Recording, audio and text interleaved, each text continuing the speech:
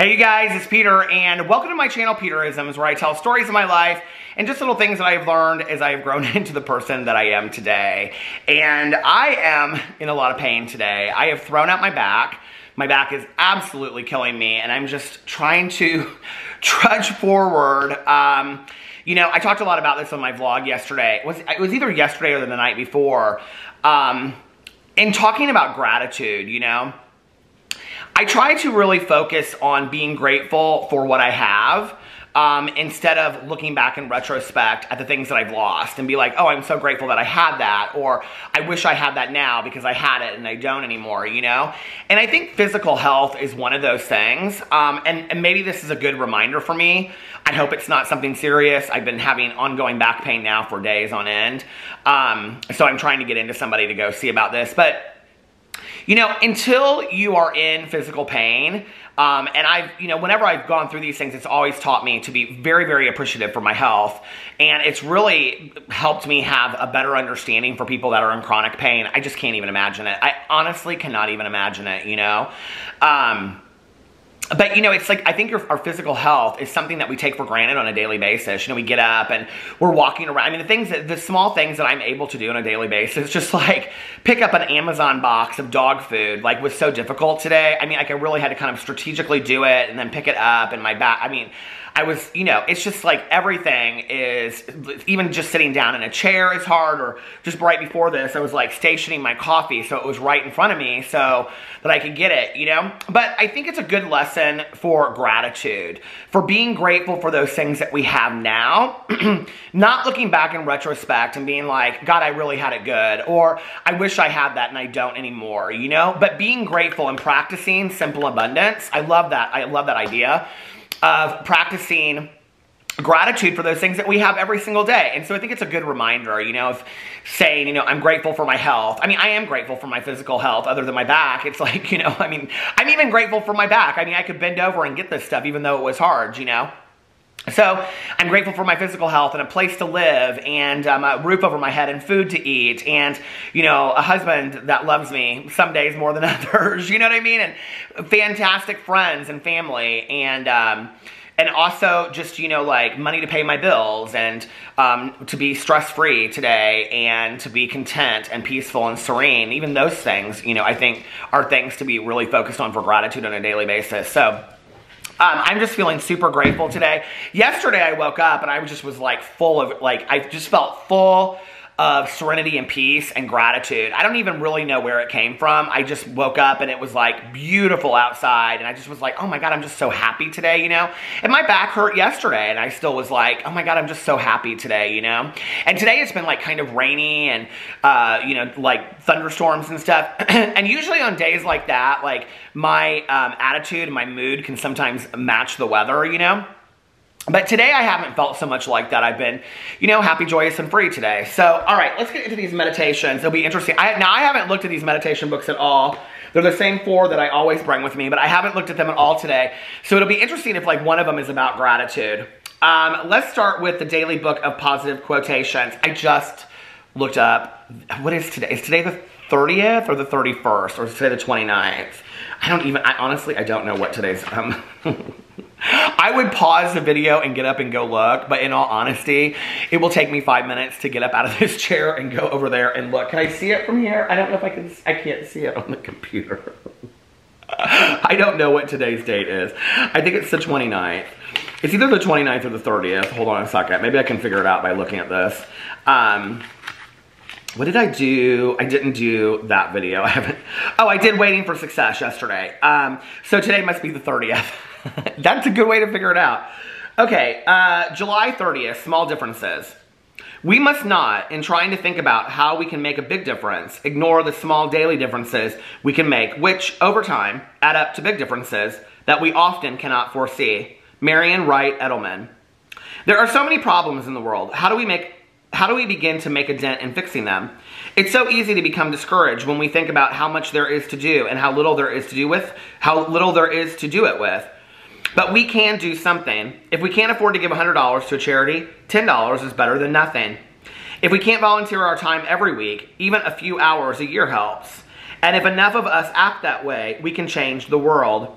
every day I can do something to better the world, even if it's just offering a kind word to someone who needs it. I love this, and I talk about this every night in my vlog, where at the end, well, I haven't done it the last 2 nights, but at the end of my vlog, I typically say, you know, practice random acts of kindness, but don't tell anyone. Just do it to put goodness and kindness and compassion and love out there in the world, right? We don't do those things because we want pats on the back. Like, it's always, to be honest with you, like a real big turnoff to me when people, like, they do good things for people and then they post it. I don't, like, that is such the opposite of humility for me. And I think it's nice that they're doing good acts. Don't get me wrong. I think it's fantastic, right? But what's the need in telling people about it? And I think that's the work that we do in ourselves. Like, the charity work, like, that's fantastic, right? That we're doing it. But, like, do we need to tell people about it? That's the work we do in ourselves. Do you know what I mean? Like, the charity is for others, but, like, the work internally is not telling anybody about it and just doing those things. But I think, like, that's such a, it's such a truism that, like, if we can't make these huge grand gestures, we can start with something small.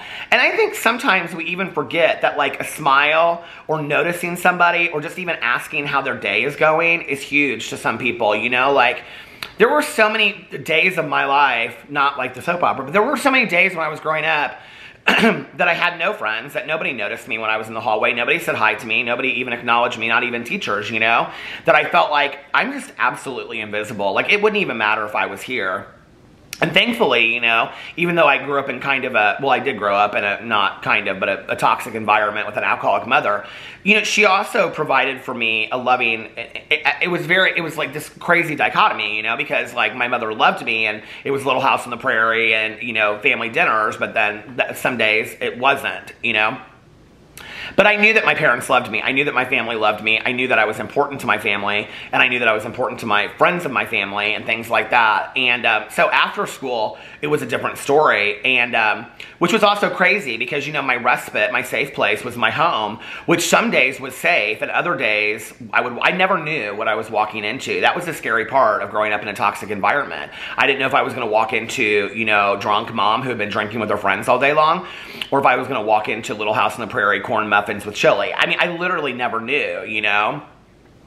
So, but if I hadn't had that, if I hadn't had family members that cared about me and loved me unconditionally, I don't know what my life would look like today. I really don't, you know? Like, there were many years that I went completely unnoticed.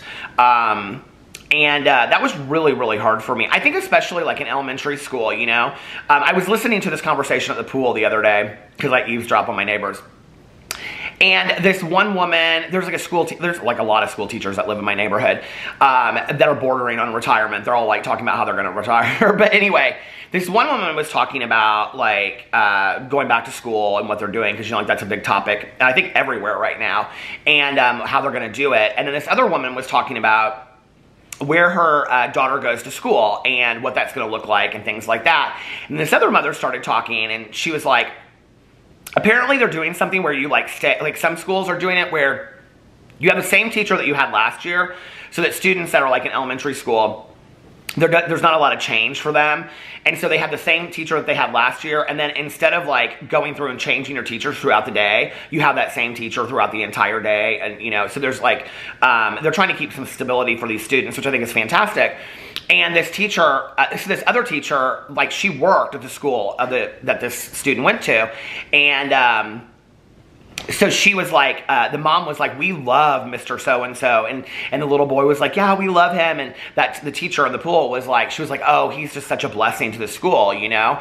And I was thinking about that, like when I was in elementary school, like I had teachers that like, I look back on it, I loved, you know, I had a 4th grade teacher that I'll never forget. She read us this book, you know, Help I'm a Prisoner in the Library. And I can remember sitting there with it snowing and blizzard conditions outside and us drinking hot chocolate. And that was how we spent our afternoons. And she really helped me embrace my love of reading.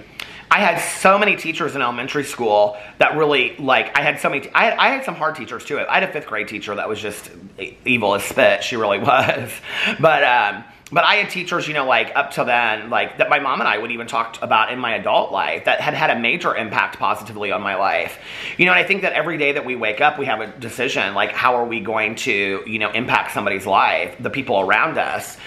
And I thought about that, like, when I was listening to them talk, because I was like, you know, when I got to junior high, like, my 6th grade, I had a fantastic teacher, but after that, 7th, 8th, and 9th, I don't really even remember my teachers, and I know that they don't remember me. You know, I was literally just, like, a ghost walking through that school. Nobody could have cared if I ever showed up. I mean, honestly, like, I don't remember ever.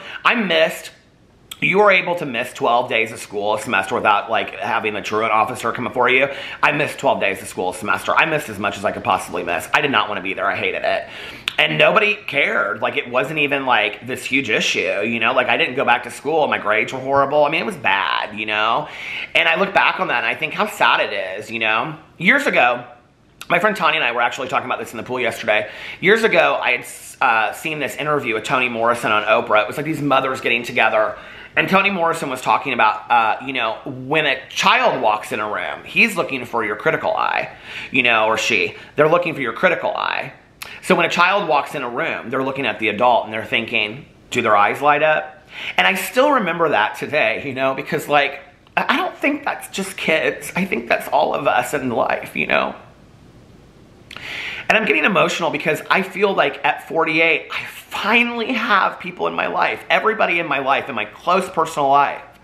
When I walk in, their eyes light up. That just wasn't the case for many, many years, you know. I feel so blessed to have the people that I have in my life today. You know, I feel so blessed. And some of them I had to take a risk, you know, like with Tanya, I had to, like, go out of my comfort zone to go meet her and things like that, you know, and other people. And I know, I got my dogs too. And, like, my new sponsor that I've had, well, she's not new anymore. I've had her for a couple years. But, you know, the people that I have in my life, like, I feel so blessed to have them, you know. And they make me feel validated. They make me feel, you know, like I matter. And I think that's important in this world. I really, really think it is. I took this meditation and kind of just, like, ran with it, didn't I? Anyway, I'm going to get off here now. And I love you guys. I hope you're having a fantastic day. And I will see you tomorrow. Bye.